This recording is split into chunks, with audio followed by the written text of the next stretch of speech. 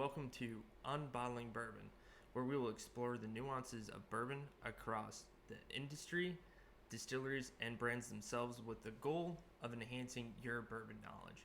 Today, we'll be discussing a very polarizing topic amongst the bourbon and whiskey community, which is chill filtration, with the goal of ultimately determining is chill filtration bad for bourbon.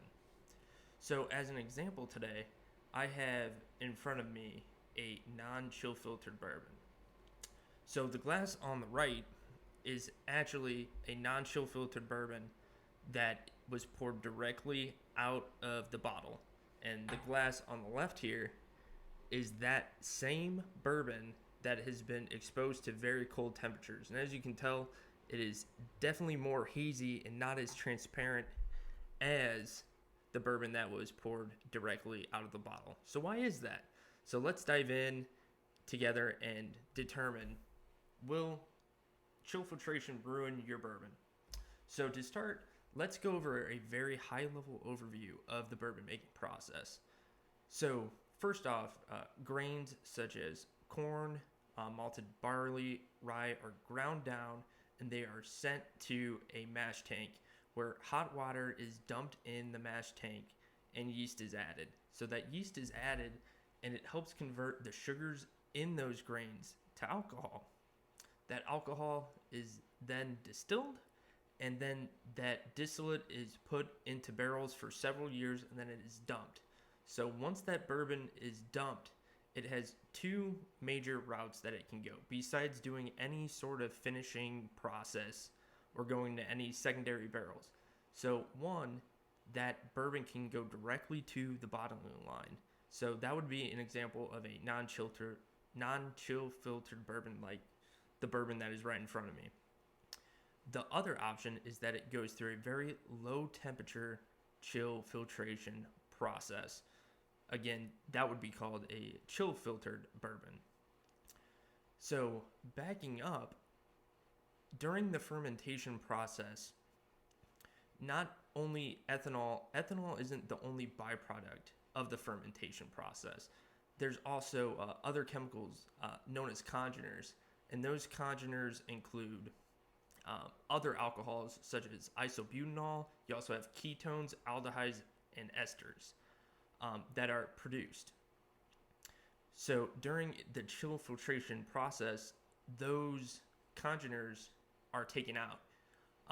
And this actually is a very polarizing topic amongst experts in the bourbon community, because they have determined that those congeners do have some impact on the overall taste and mouthfeel of the bourbon, but they have agreed that this is the taste that it imparts is very minimal.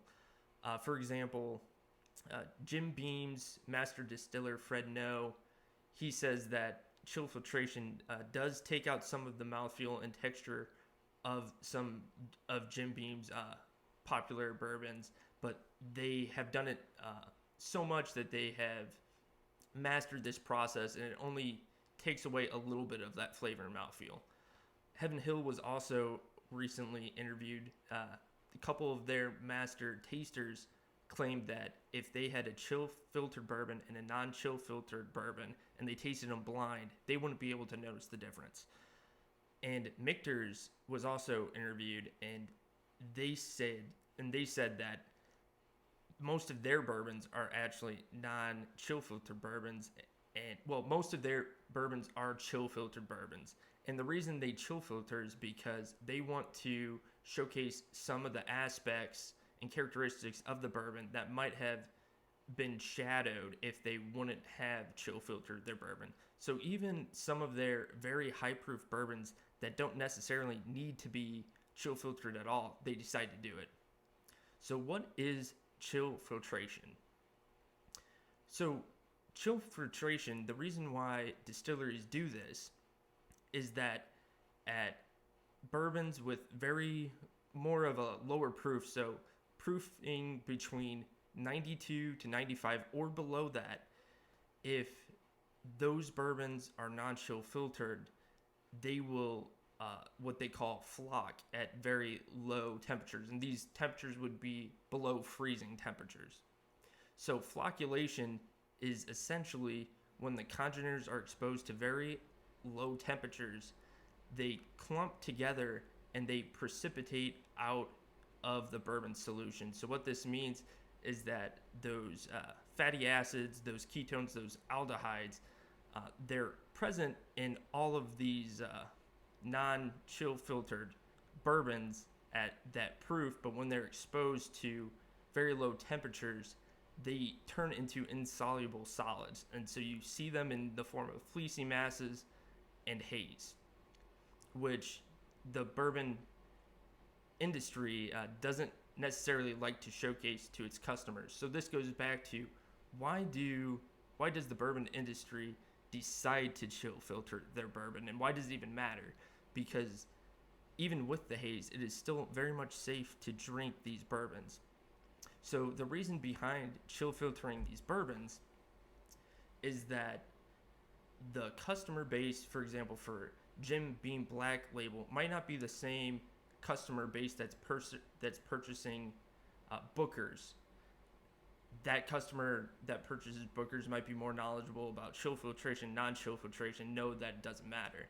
But maybe the customer that buys Jim Beam Black Label, they don't have that knowledge base. So if they put it in the freezer and then they come out and they decide, hey, let's, I want a glass of this now, and it looks really hazy, they might think, oh geez, something's wrong with this bourbon, and they might decide to go with a different offering from another distillery later down the line. And Jim Beam doesn't want that. They want to have a very good customer base. So many other bourbon enthusiasts, they want to taste something that's as close to bourbon in its natural state as possible. So this is why it's a very polarizing topic. So back in the early 1990s, when the bourbon boom officially started, there was more of an influx in bourbon enthusiasts going to distilleries and learning more about bourbon. And during these distillery tours, they were able to taste bourbon directly from the barrel. So bourbon at cask strength and as close to its natural state as possible. And they loved it. And they wanted to have more products that exemplified this natural state, which would mean they would want their bourbon non-chill filtered. So going back to the ultimate question, does chill filtration ruin your bourbon or whiskey? Well, a lot of award-winning bourbons are chill filtered. For example, Knob Creek and Wild Turkey Rare Breed are chill filtered bourbons, and those all have big, bold, intense flavors that everybody loves. And supposedly, these are the type of flavors that chill filtration supposedly removes. So does chill filtration take away some of the flavor for your bourbon? That's kind of for you to decide, but it does impact flavors of some of your favorite whiskeys. So I would say don't completely write it off. So thank you again for joining us today on Unbottling Bourbon, and we'll catch you next time.